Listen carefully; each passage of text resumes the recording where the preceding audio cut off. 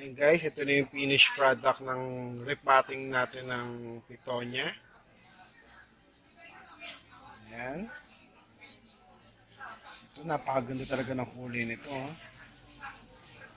Yung pinaghalong green, saka merong pula.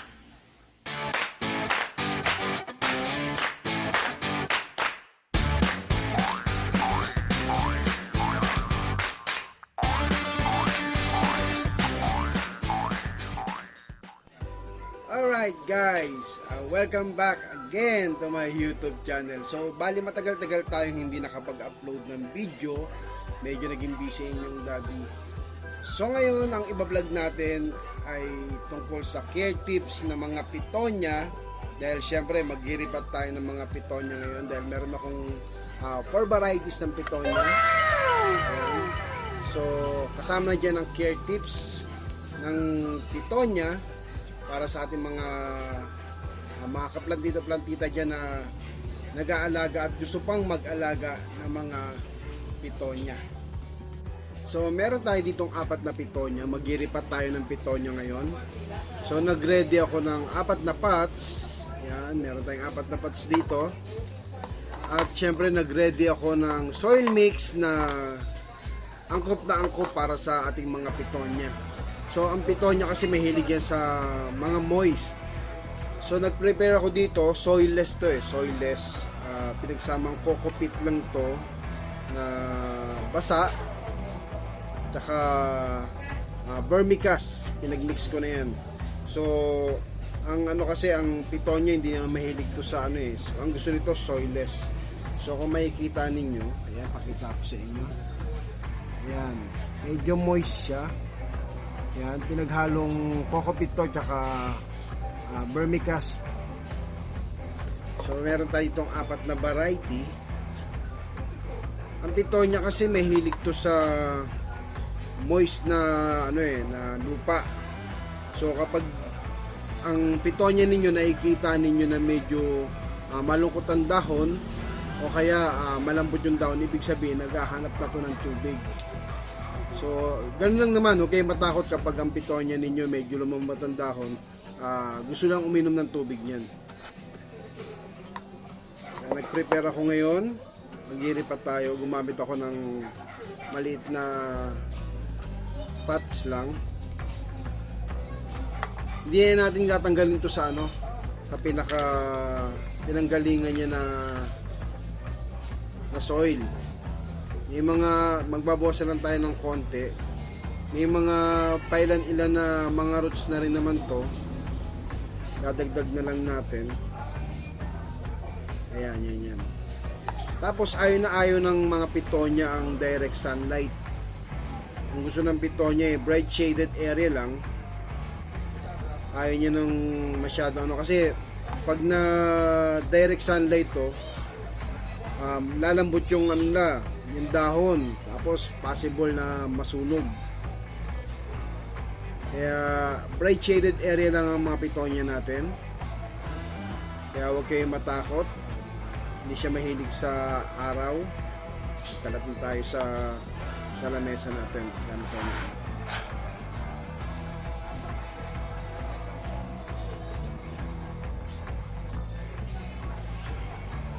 So yung tatlo dito, ito yung tinatawag na Holland Fittonia. Ang alam ko kasi mas mabilis dumami yung ganitong klaseng Fittonia. Yan. Mas madaling dumami to compare sa mga Holland na Fittonia. Yan. Maingay yung aso ko. Medyo malabo na makita. Yan. Medyo matagal dumami to compare sa isang Fittonia na yun. Nairipat na natin ang isa. Basta importante dito yung soil mix niya is yung nagmo-moist. Mahilig kasi talaga siya sa moist na soil mix.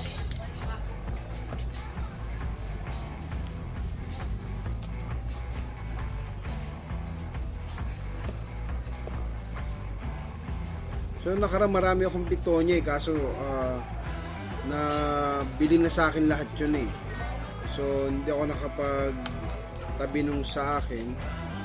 Kaya ngayon mag-iripa tayo ng panibago para padamihin to.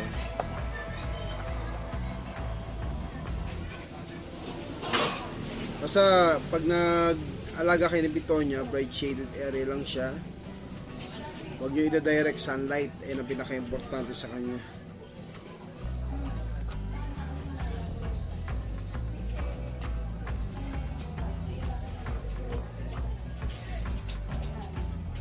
Ayan, nakakadalawa na tayo. Maganda kasi itong mga Holland na Fittonia. Kunyari talagang medyo sensitive sila. Medyo matagal padamihin. Hindi ko pa na-try mag-propagate nito eh.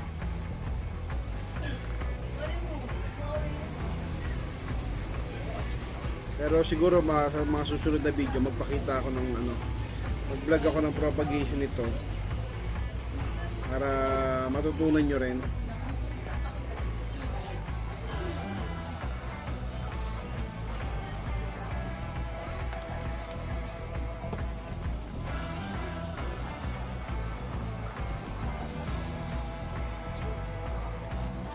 Napakaganda nito, kaso napakaliit niya lang eh. Pero napakaganda ng Holland na Fittonia na to. Medyo pasensya na kayo, medyo maingay sa kapaligiran natin. Nakadalawa na tayo. Dito tayo sa pinaka-common na Fittonia. Pero kahit sabihin natin common to, napakaganda ng Fittonia na to. Ayan. Ayan. Maganda yung pagka-green niya. Hihingi ng mga sakya sa taas. Yan. Pareho silang green pero magkaiba sila ng design ng dahon. Mas pahaba to. Ito maiksi na mataba. Tapos medyo mas maraming puti ito eh. Yan, kung makikita ninyo. Dito tayo sa common na Fittonia natin.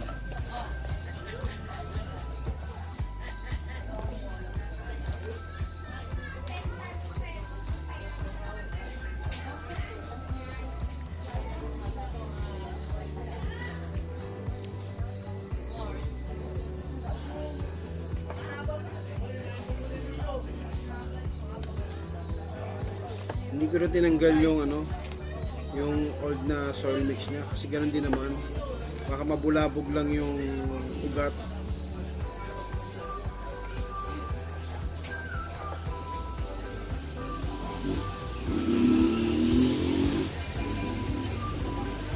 Dati hindi naman ako mahilig maghalaman eh, ewan ko ba, nung na-try ko mag-alaga ng pailan-ilan, yan dahil sa na-addict na ako, tinawag na ang plantito. Ang ingay ng mga dumadang mga sakyan. May mga malakas na sound sila eh. Baka mamaya makopyright pa ako. Yan.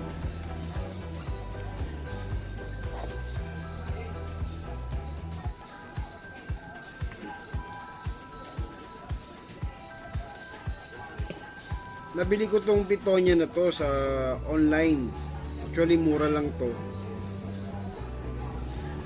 Kasi yung nabili ko dati from Benguet, mas mahal siya pero mas malago. So nakita ko lang to online. Hindi ko na pinadeliver, pinick up ko na lang. Nakamotor naman ako, na-pick up ko naman siya. Basta ang mahalaga dito, huwag nyo susobrahan sa tubig. Gusto niya ng moist pero ayaw niya nang nasusobrahan sa tubig. Kasi doon magsisimula na malagas yung dahon nito. Pag naglagas yung dahon, parang doon siya maggarat.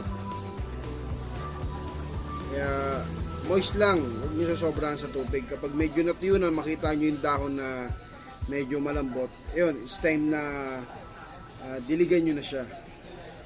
Napakadali lang alagaan ng Fittonia.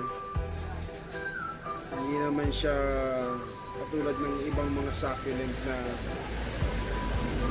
talagang minsan iiyak ka pag nag-alaga ka eh.